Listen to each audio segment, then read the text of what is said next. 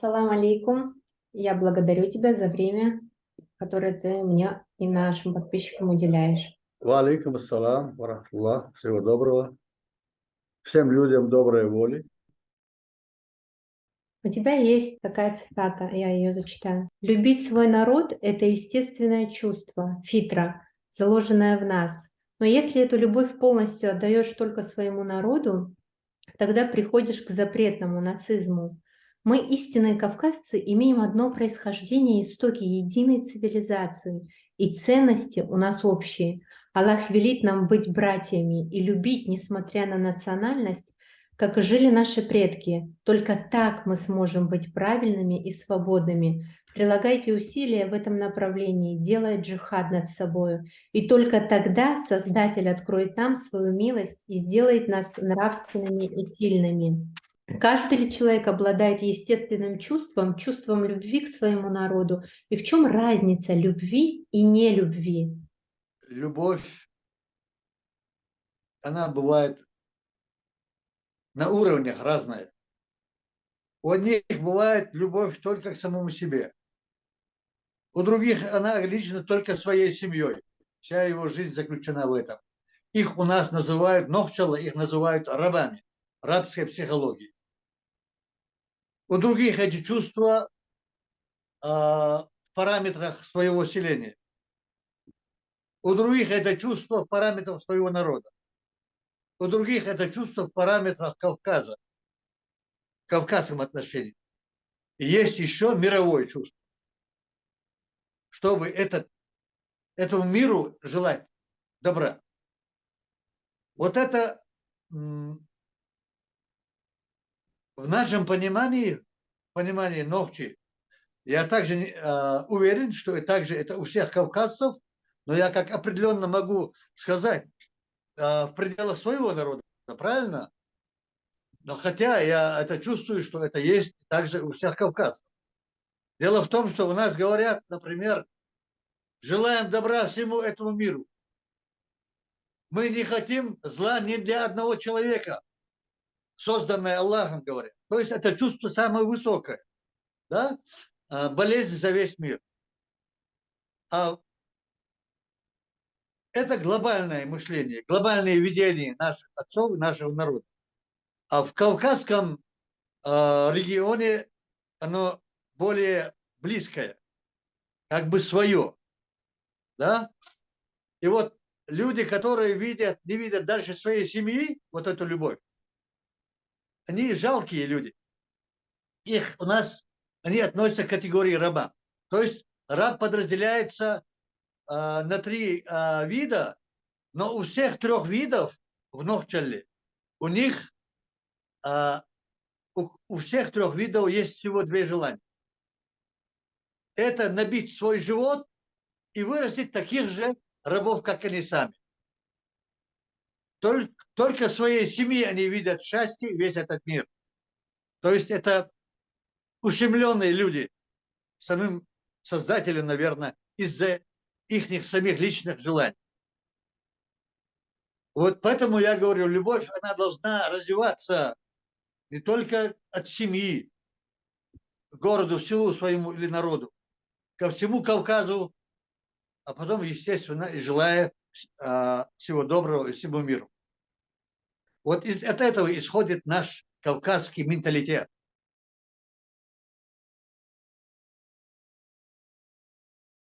Я хотела бы немного коснуться твоей биографии. Я узнала один очень интересный факт.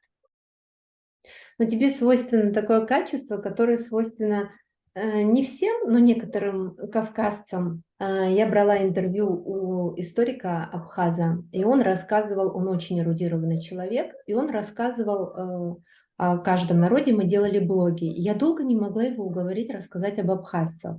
Он стеснялся, говорит, подумает, что я сам себя хвалю. И ты сказал мне такую же фразу, ты сказал, я стесняюсь, а хотела бы, чтобы ты об этом рассказал. Я случайно совершенно узнала, что ты рос рядом, находился со старейшинами, с одними из самых умных людей в Чечне. Мог бы ты рассказать вот этот момент?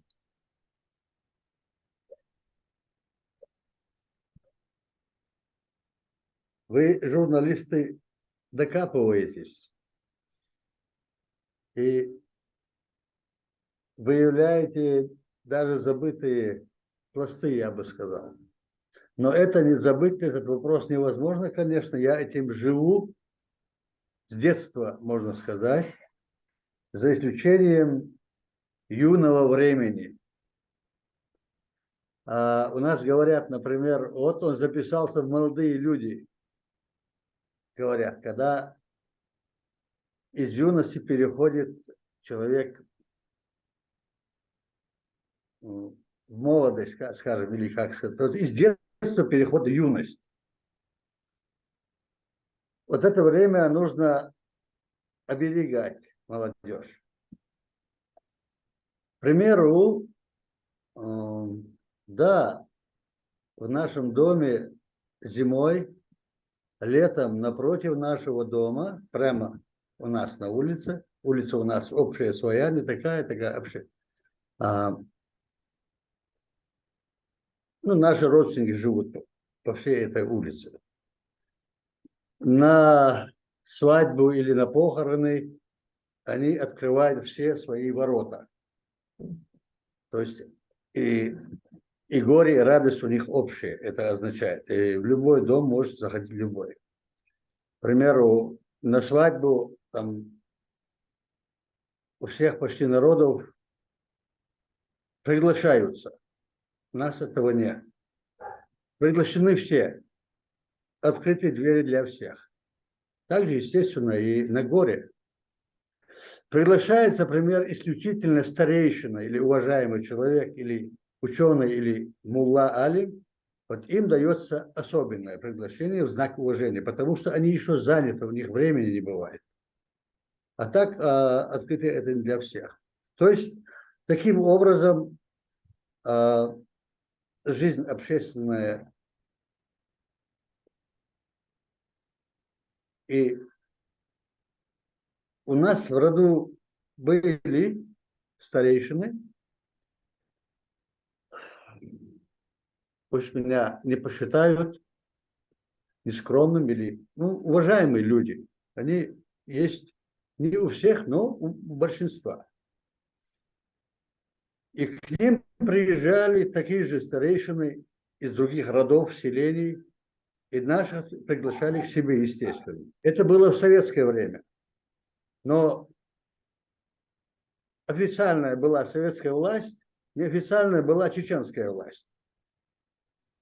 В то время, когда я был маленьким, юным, до 80-х годов, можно сказать. Даже я позже подумал, и с приходом чеченской независимости вот эта связь сохранилась. Та связь, которая сохраняла чеченское правление вот этими старцами, нелегально. Они решали вопросы страны, вопросы родов, вопросы примирения, выносили судебные решения. И я это все слышал, и в детстве я слышал о чеченских краях, областях, скажем, сегодня, да, как Шатой, Тиаркиз, там, даже Ингушетия, Аух, сегодня в Дагестане. Оттуда приезжали и решали вопросы из этих регионов. Вот эти старцы. И вот когда они собирались зимой у нас, я обязан был стоять у двери. Это тогда было около 7-8 вот от этих годов. Я должен был стоять у двери, на плече полотенца, и рядом стоит кунган с тазиком. И я наблюдаю за ними, кому нужно руки помыть или сделать омовение. Или у кого чай закончился, кому нужна еда, внимание. Я, в общем, стоял и это передавал матери. Вот кому нужно это, руки мыть я сам позволял. Подходил с тазиком, с кунганом, он мыл, я клал и давал полотенце. А насчет чая и еды я передавал матери. Мать готовила, и другой, старше меня, передавал сюда, и мы вообще вот так вот обслуга шла у нас. Я как обслуживающий. И заодно, естественно, слушал. Руки за спину. Обязан был стоять, руки за спину, у двери. Сесть ни в коем случае. И вот так проходили эти встречи у старцев. И, естественно, я их слушал. Есть у нас пословица, то, что взято в детстве, это написано на камне. То, что взято во взрослое время, это написано на песке. Слушая их, наверное, я получил от них вот это влияние.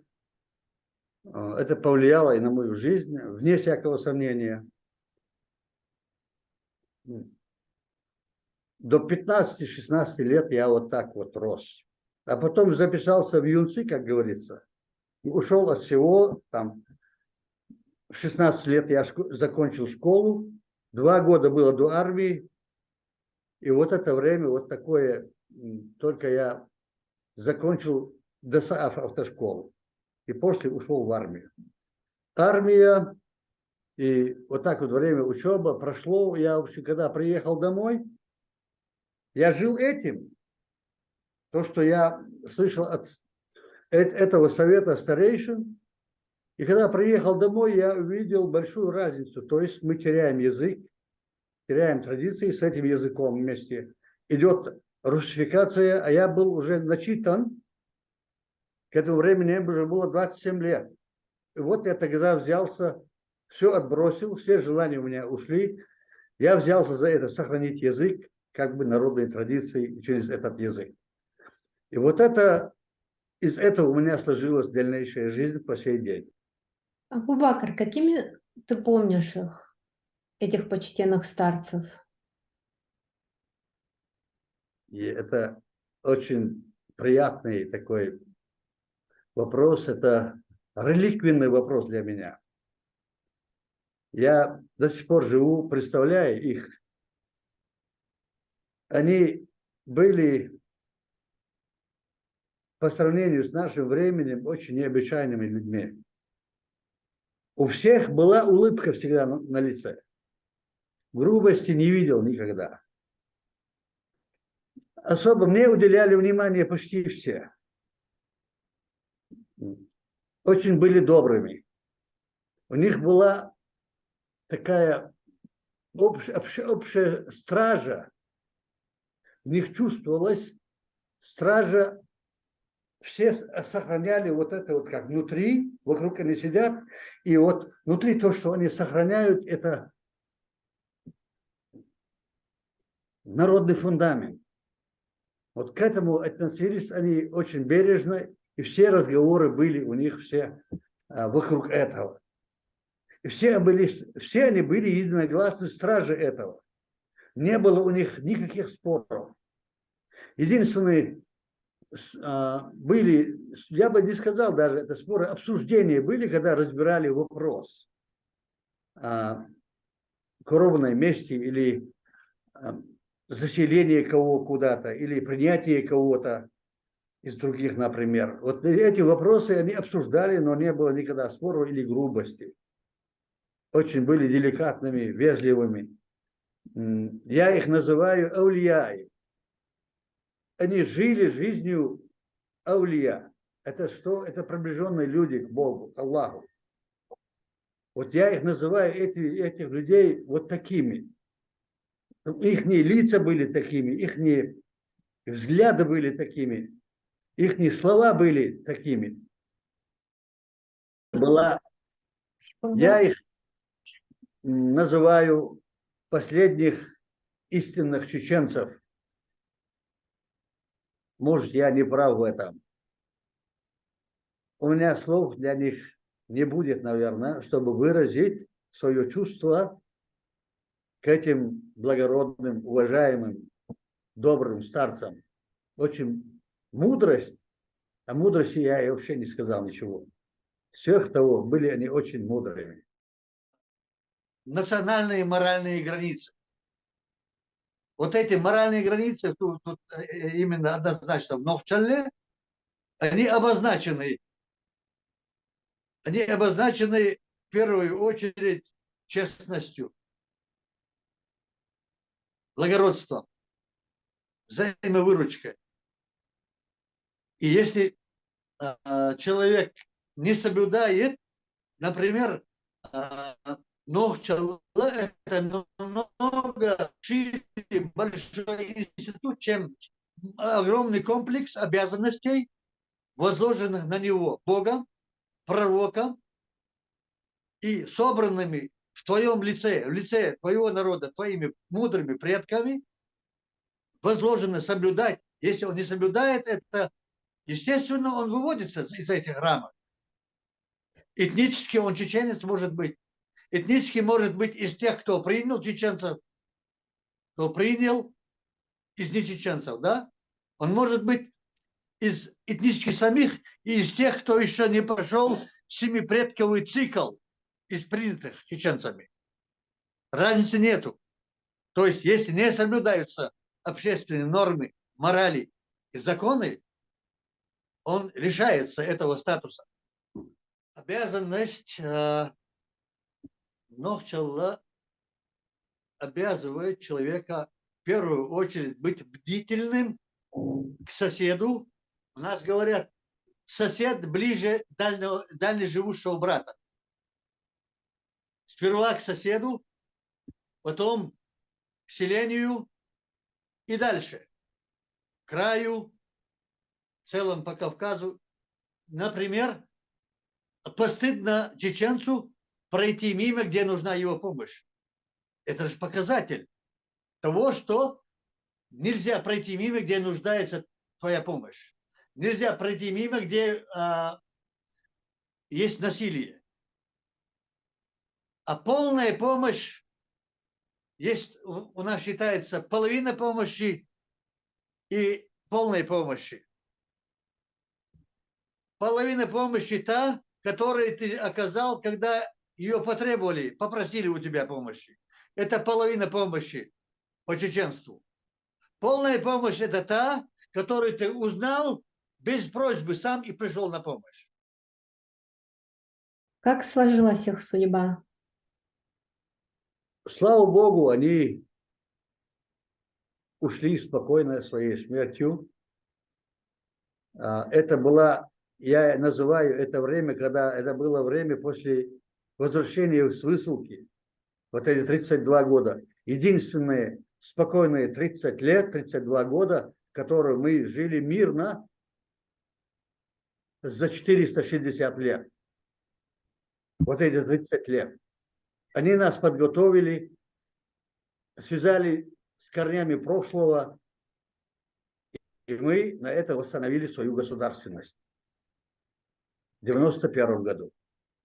Бывали ли в твоей памяти воспоминания, что, казалось бы, ситуацию практически невозможно никак решить? Вот какая-то ситуация возникала, а они своей мудростью умели разрешить ее наилучшим образом, то есть умели договориться. Я не помню и не слышал такого, чтобы остался вопрос неразрешенным.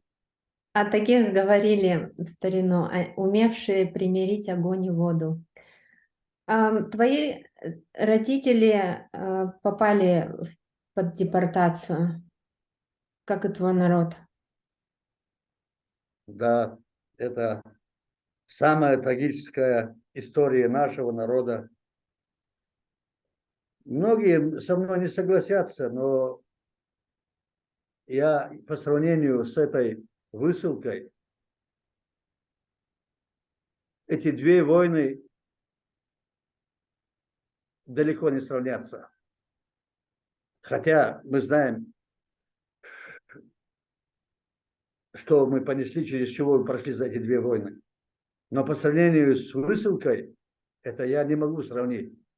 Потому что нас отрезали от Родины, от могилы предков, от связи преемственности.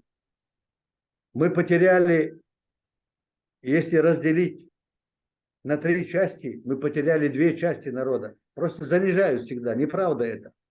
Мы остались из 3 частей, 1 часть только выжила.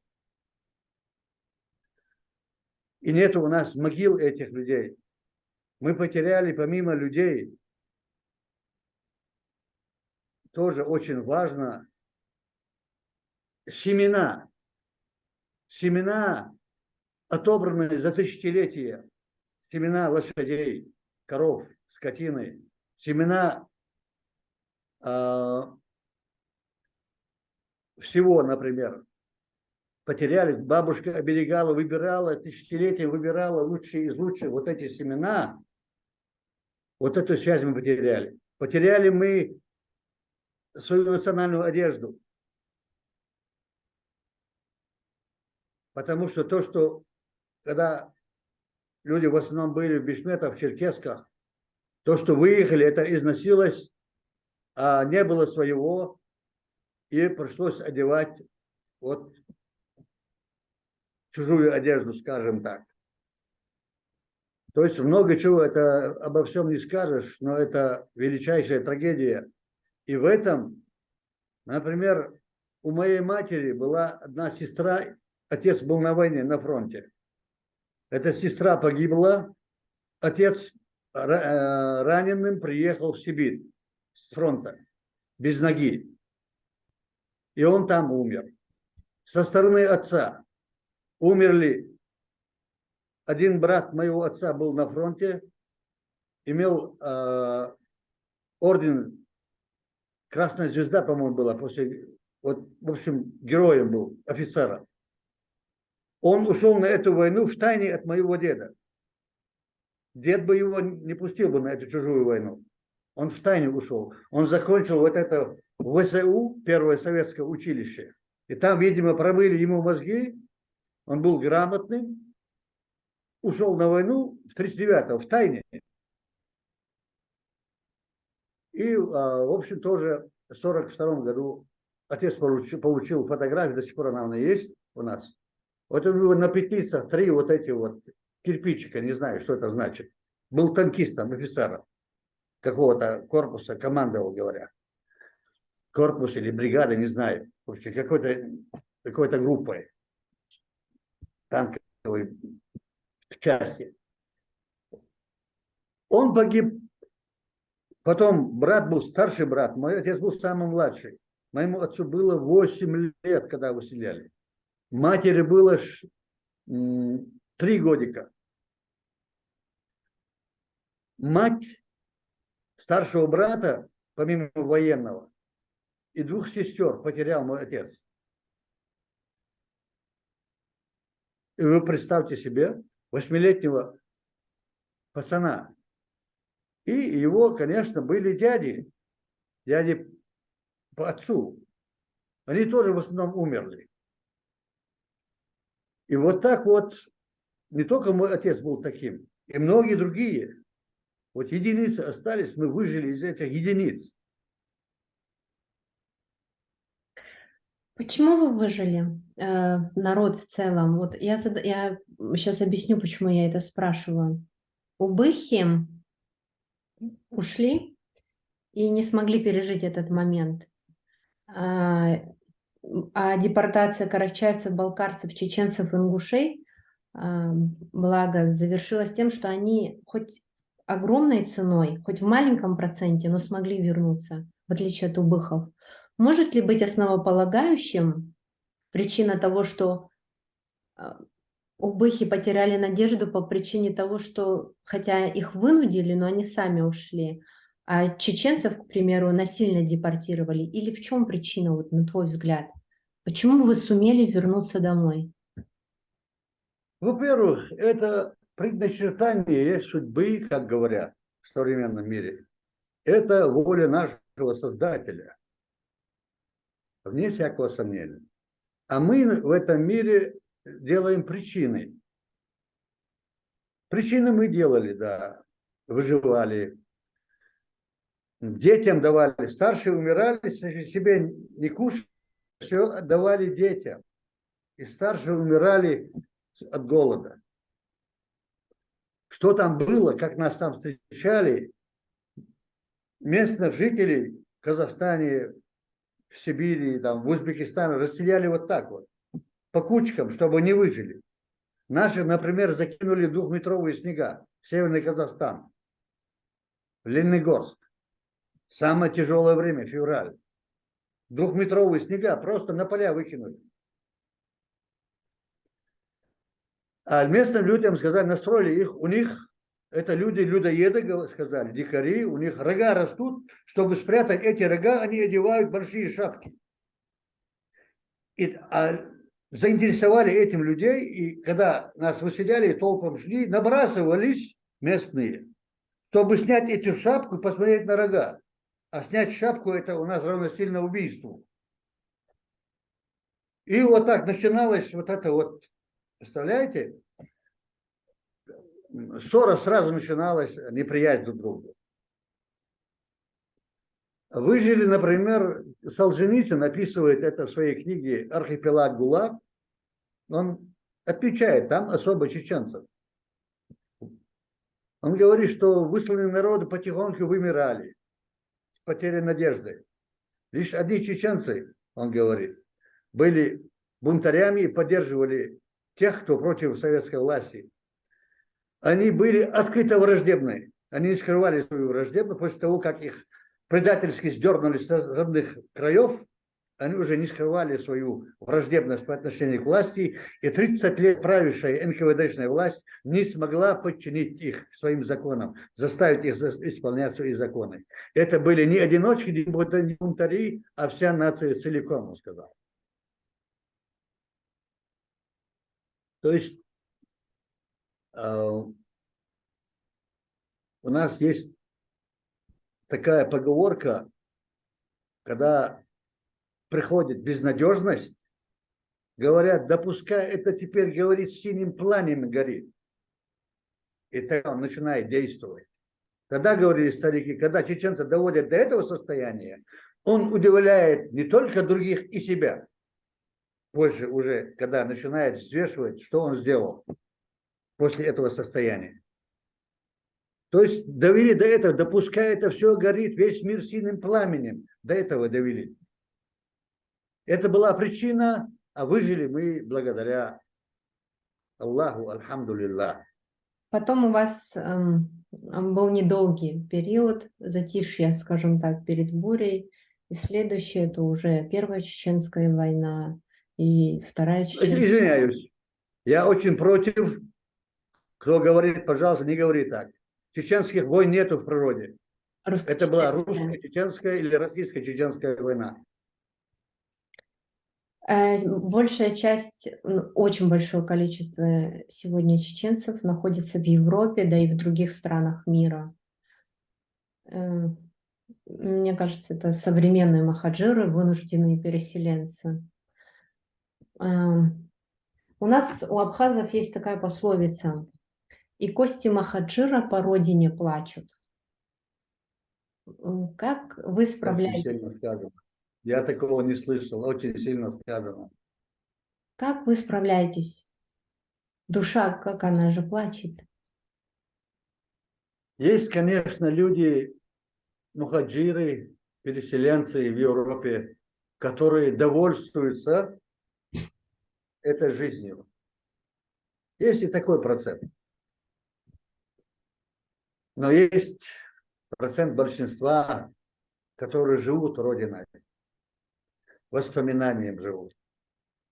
У меня, например, я когда уезжал, я взял кусок земли со своего двора, до сих пор эта земля у меня. Ты знаешь, что абхазы, когда покидали, и адыги, когда покидали родные края, они брали с собой землю. Это ДНК, наверное, заложено. Да, и наши в Сибирь тоже брали, когда выселяли. Почти все брали. Я, зная это, взял это. У меня до сих пор она со мной. То есть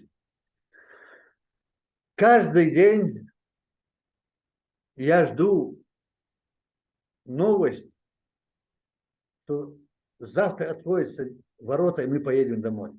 В Сибири наши отцы, когда встречались, матери, бабушки, первый вопрос задавая друг друга: слышно ли что-нибудь, что мы возвращаемся домой? После приветствия первый вопрос задавали все: слышно ли что-нибудь от этого, что мы вернемся домой? И так живут и мы, потомки их. Вот здесь Европа большинством. Я, например, говорю, я живу в большой красивой тюрьме, я говорю. То есть для меня это тюрьма. Хотя власти нас приняли, погладили по голове, когда нас дома убивали, уничтожали, обзывали еще плюс. С улыбкой приняли нас. Мы это никогда не забудем.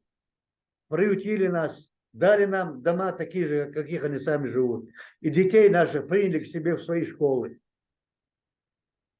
С этим эту благодарность невозможно отблагодарить словами. Вот так вот. Европейцы, люди, они... Есть у них чувство человечности. Нету той грубости, что есть у русских, скажем прямо так. Отделиться русские не дают. Когда приезжаешь в их города, говорят, понаехали. Какая несправедливость. Да. Тут никто никого не приглашал, никого не удерживал силой. Приехали мы сюда на их головы. Никто нам не сказал, что вы, зачем вы приехали или понаехали. Зная, что ты приезжий, улыбаются тебе. Когда мы изучаем язык местный, например, во всех школах нам говорят, не забывайте свой язык. Учителя говорят. Правда? Да, везде, в Австрии, не только в Австрии, во всей Европе учителя говорят, не забывайте свой язык. То же самое наши отцы говорили, которых мы приняли, тоже азулянтов. Говорили им, не забывай, кто ты, не забывай свой язык.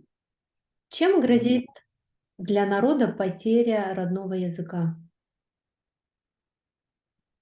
Потеря родного языка, это, я думаю, понятно всем. Это потеря всего и вся.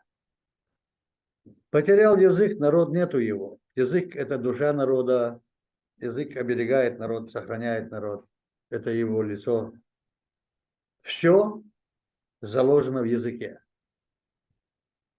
Все, что имеет народ, заложено в языке, сохраняет язык. Традиции, веры, культуру, искусство. Все сохраняет язык. Без языка нет ничего. Язык ослабляет, и народ ослабляется. Язык возвышается, народ возвышается.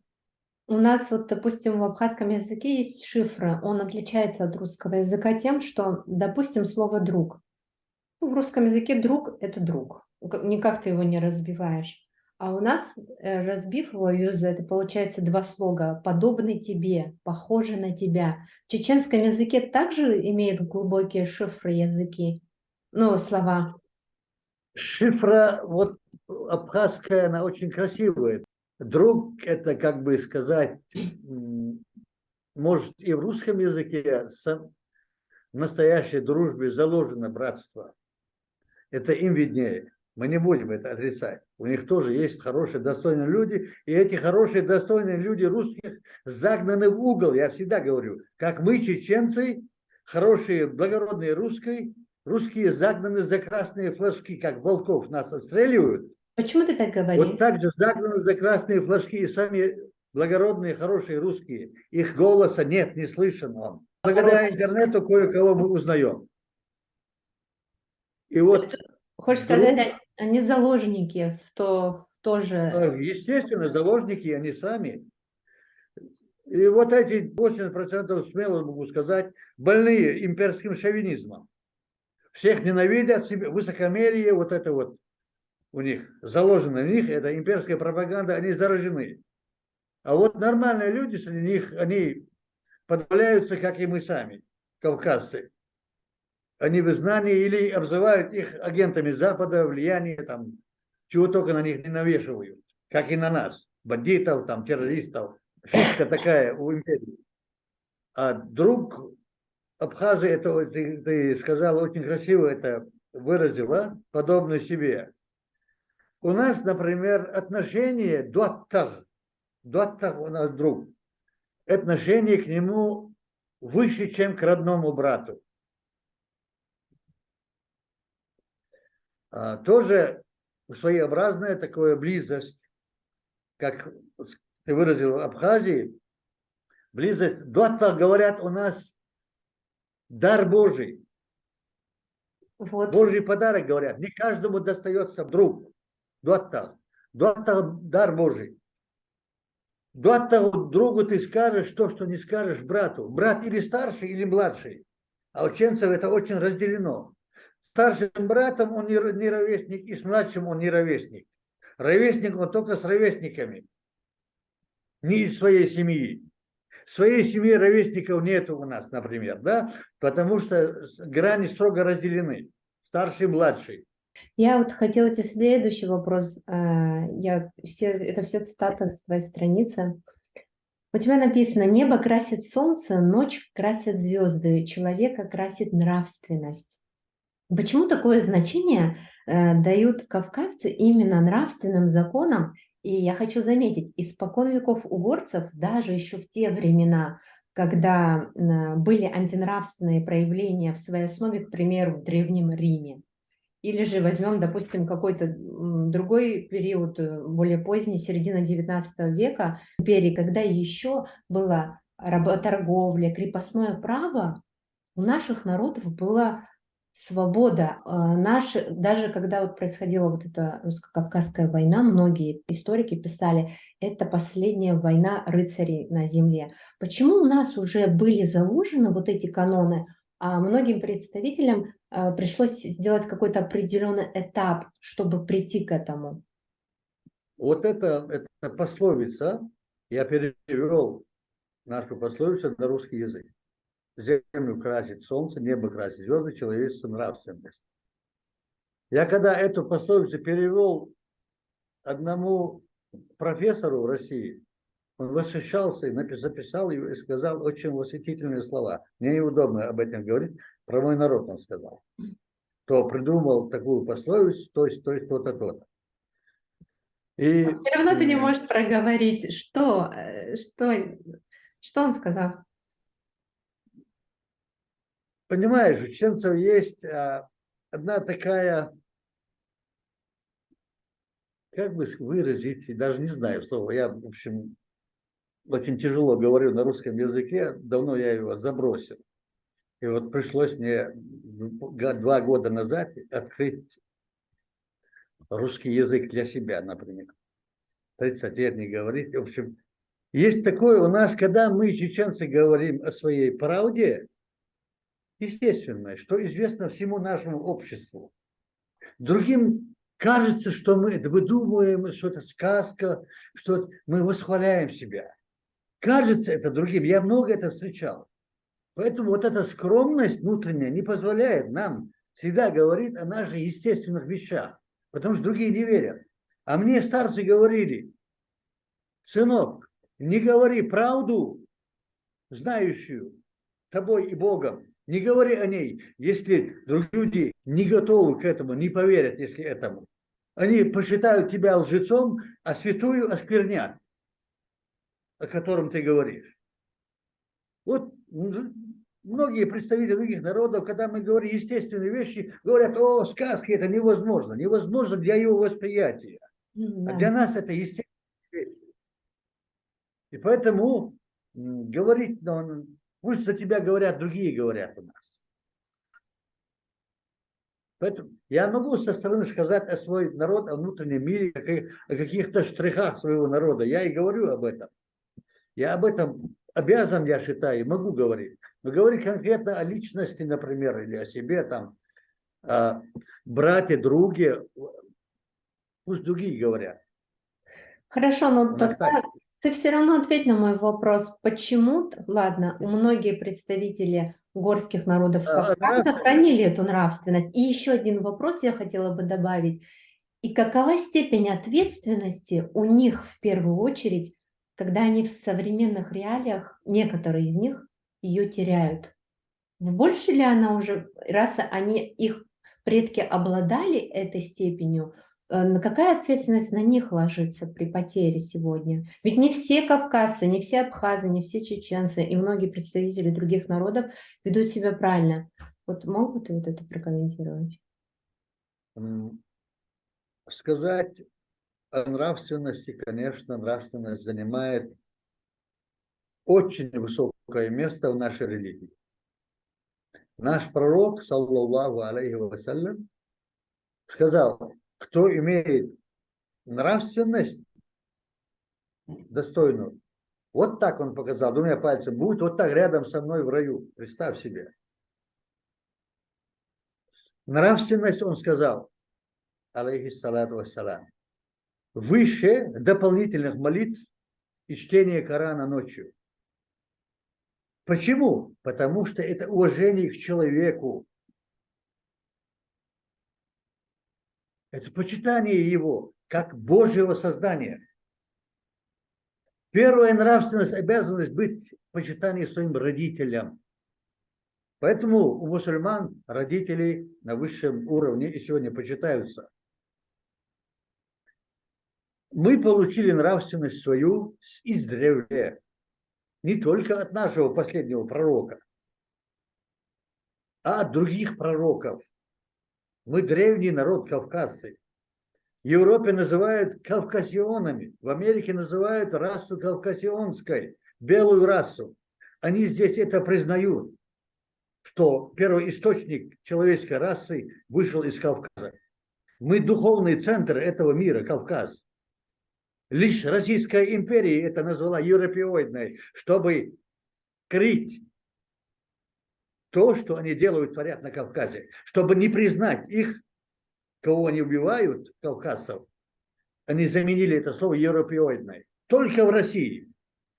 Русские приезжают в Америку, говорят, я только приехал в Америку, узнал на таможне, что я кавказец. То есть нравственность – это наша корона кавказцев.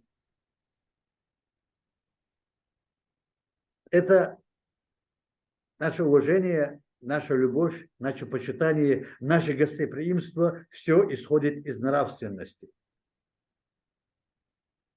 Наша наивность, наша простота, открытие души – все это исходит из этого, из нравственности. Возьми кавказские народы, несмотря ни на религии, у них обычаи, традиции, понимание мира общие. То есть до христианства, до ислама,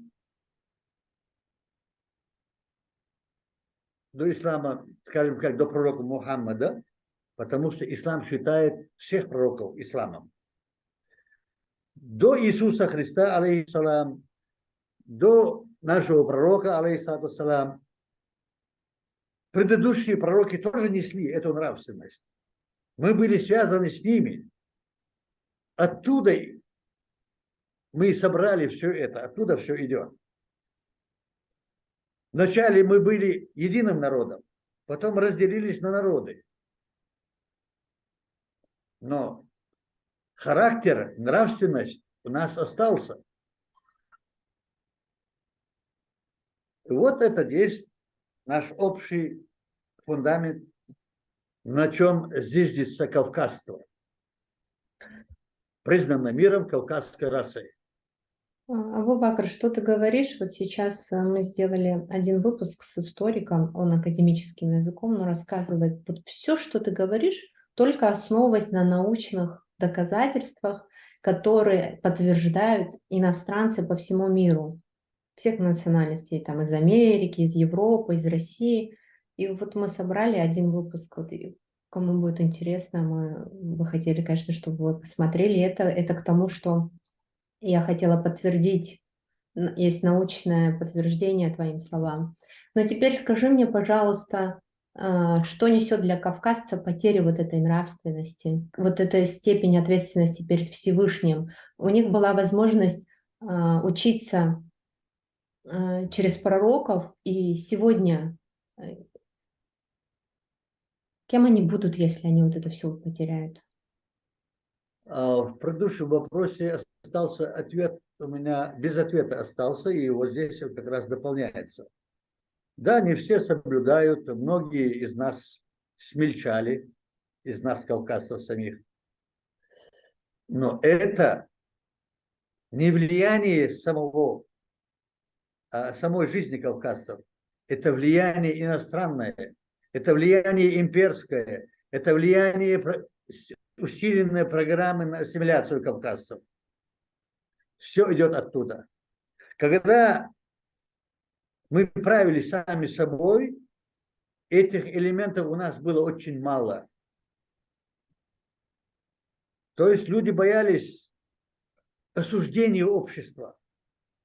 У нас это было очень сильно на Кавказе. Осуждение общества. То есть падшего человека лишь осуждают. Этого боялись, потому что он позорил свою семью, свой род. А у нас это очень ответственно. Сегодня вот эти вот негативные качества, которые проявляются у нас, кавказцев, это вне всякого сомнения из-за ассимиляции имперской программы. Потеряем мы нравственность, мы потеряем себя. Так же, как язык. Язык, а все заложено в языке. Надо сохранить языки. На Кавказе катастрофа. Сегодня наши языки на грани исчезновения. Катастрофа. И это болезнь, опять имперское влияние, имперская ассимиляция. Школы, детсады, прямо все на русском языке. Свой язык запрещен. Для названия оставлены пару часов в неделю для родного языка. Для названия, для штриха перед мировым сообществом сказать, но у них тоже изучаются языки. Чтобы сказать мировому сообществу, лишь сохраняются вот эти пару в неделю в школах. А так полная программа, все на русском языке. На чуждом нам языке. И стирается свое, естественно. Сегодня многие половины говорят на русском языке. Поэтому я призываю всех кавказцев и прошу, и все время на чеченском я об этом говорю. Беритесь за свой язык, сохраняйте свой язык, изучайте свои языки. Сохраняйте слова, избавляйтесь от чужих слов, употребляемых в наших языках. Работайте над собой. Сегодня сказал ты пятница, завтра не говори, скажи на своем языке. Сегодня сказал ты 7 число, не говори завтра, а скажи на своем языке. Учи этому детей. Дети учатся, смотря на нас. То, что мы знаем в уме, дети не слышат, а мы говорим на русском. Дети не знают то, что мы знаем в уме, если мы эти слова не употребляем. Поэтому я призываю и прошу не употреблять чужие слова, а сохранить свой язык. В языке наша душа, наша культура, наши традиции, наши обычаи, наши законы, наша нравственность, наша жизнь, наша религия. Все в языке. Теряем язык и теряем по частям вот эти вот святыни. И поэтому, теряя эти святыни в душах, мы становимся манкуртами. От нас поэтому выходят вот такие безнравственные, позорящие нас элементы. Все чаще и чаще, чем больше мы живем вот так, тем больше это будет продолжаться и расти. Вот какая боязнь. Почему? Потому что 50, 100 лет, 60 лет назад мы были сильны, потому что были живы старцы, которые сохраняли свои традиции, свои языки, которые были защищены от иностранного влияния. При них не было той опасности. Сегодня мы наполовину ассимилированные, огромная опасность нависла, мы перед пропастью. Нависла опасность на нас в утере языка. Даже ООН, ЮНЕСКО об этом кричит аж 14 лет назад. Это касается всех народов Кавказа, за исключением союзных республик, бывших Союза. Автономии не имели права говорить на своем языке, и школы, и институты не имели. А союзные республики имели государственный статус. У них были институты, не только школы, на своих родных языках. Поэтому Азербайджан, Армения, Грузия, у них этой проблемы нету. А есть у нас автономии. Потому что у нас в школах были везде русский был. И сегодня мы находимся у опасной черты. Поэтому у меня призыв ко всем. Беритесь зубами, задними зубами, не передними, как сказал пророк, они слабые, а коренными зубами держите, что он сказал. Вот этим методом я призываю взяться за свои языки, за свои традиции, за свою молодежь. Если мы не сохраним языки, мы не сохраним народ, нацию и молодежь. Они будут у нас половинчатыми, как сегодня, мы говорим на языках, а послезавтра потомки потомков забудут и то, что они знают сегодня, мы. Все, через пару поколений они будут говорить, да, мои отцы говорили на абхазском. Я абхазец, но я не знаю язык. Мои отцы говорили на чеченском, но я не знаю чеченский язык. Вот так будут говорить. Или дагестанский, или другие народы, касаемо всех, я имею в виду. Вот такая есть огромная, небывалая опасность над нами нависла. Нависла усиленная ассимиляция имперской программой.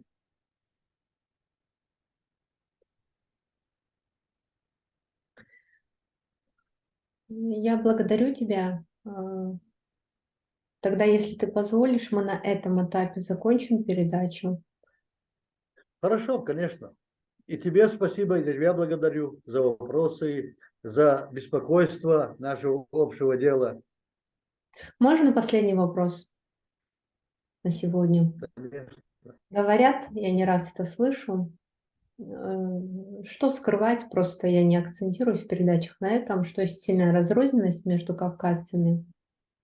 Я неоднократно слышала, что если вы просто даже представить, что у кавказцев есть такая возможность остаться наедине с самими собой, Кавказ как единое целое, без присутствия извне, то они бы в тот же миг устроили бы сражение друг с другом, и никого не осталось бы. Ты мог бы прокомментировать это? Очень хорошо. Я знаю, откуда это исходит. Это исходит от завоевателя Кавказа. Это имперский ярлык.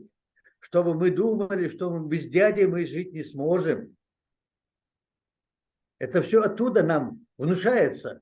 Ничего себе. Империя появилась всего 4 века назад, а мы живем тысячелетиями, имея свою расу мировую, имея свою культуру. Когда, если так говорить, вот эта империя ходила в лохмотьях, мы жили в каменных замках и башнях, носили позолоченные пояса и оружие. Кто тут говорит? Мы древний народ, кавказцы, с высокой культурой, с высокими традициями.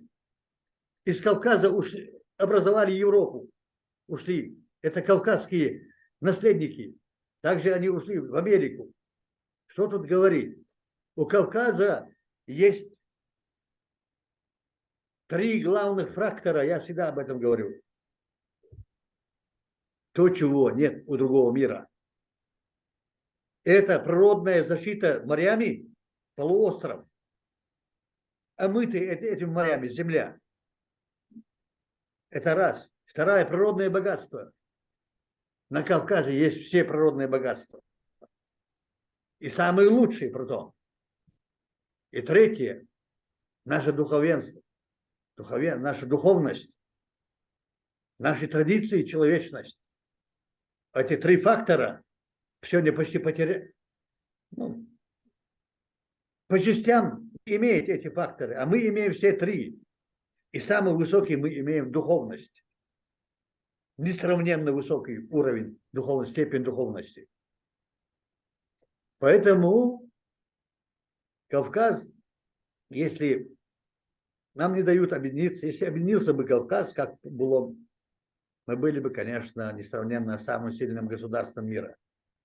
А вот сделать бы Кавказскую конфедерацию, не федерацию, а конфедерацию. Надо отметить, что значит федерация и конфедерация. Федерация – это народы, как бы договорившиеся, живут под правлением другого, как сегодня Россия. Но по договору. В России нет федерации, это название. Всегда оставалась, есть империя. А конфедерация – это объединение свободных государств. Евросоюз – это и есть конфедерация.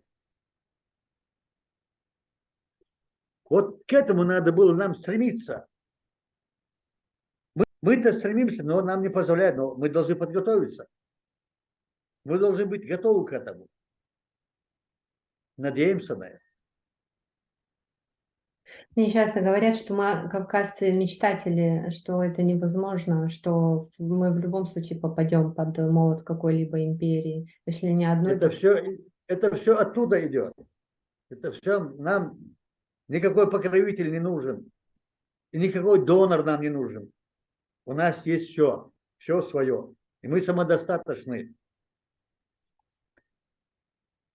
Альхамдулиллах. Алхамдулилlah. Дарат Зайтабуб, я благодарю тебя. Спасибо. Тебе благодарность. Спасибо. Всего доброго. Всем людям доброй воли. Я встречала людей, которые говорили мне так. Ну, они говорили про Дегахаб, Запсура, но я думаю, это к Нохчала тоже применимо. А зачем, если есть ислам? Ислам, альхамдулиллах, наша милость для нас от нашего Создателя, для всего человечества. И мы приняли это как милость Аллаха, альхамдулиллах. Коран на арабском языке, сунна пророка на арабском языке, правильно? И ислам не обязывает ни один народ оставлять свой язык и учить ислам только и исповедовать ислам только на арабском. Учить на арабском, исповедовать на своем языке. Почему? Потому что есть аят, есть веление Аллаха, объясняя нам, что я вас создал народами и даже племенами, чтобы вы знали друг друга, и лучший из вас тот, кто больше боится Аллаха. Ислам обязывает, шариа, обязывает каждый народ сохранять свой язык, свое лицо. Обязывает свои традиции сохранять, не противоречащие исламу. Ты обязан соблюдать традиции своего народа, если они не противоречат исламу. Об этом алимы лучше скажут, но я это элементарные вещи знаю и изучал. Ходил, например, в школу исламские, на лекции я ходил, да, изучал вот эти вот вопросы. Поэтому Нохчалла – это перевод исламских догм на чеченский язык. Нохчалла – это традиции доисламские, соответствующие с исламом. Это синтез до ислама и дополнение ислама.